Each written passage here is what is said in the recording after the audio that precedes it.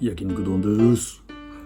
余ったハラミとカルビ入れたんですが、2人分で5枚ずつしか取れませんでした。まあいただきます。味噌汁はわかめと小松菜と豆腐と卵の白身です。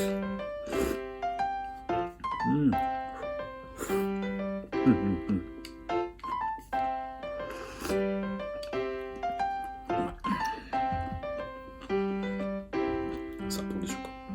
いただきます。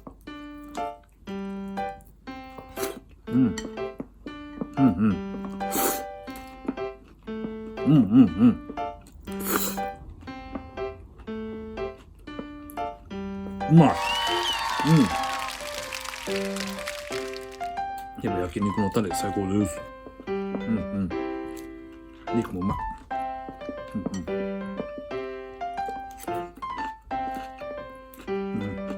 やっぱマヨネーズとご飯が最高に合うのと、焼肉のタレもうまいです。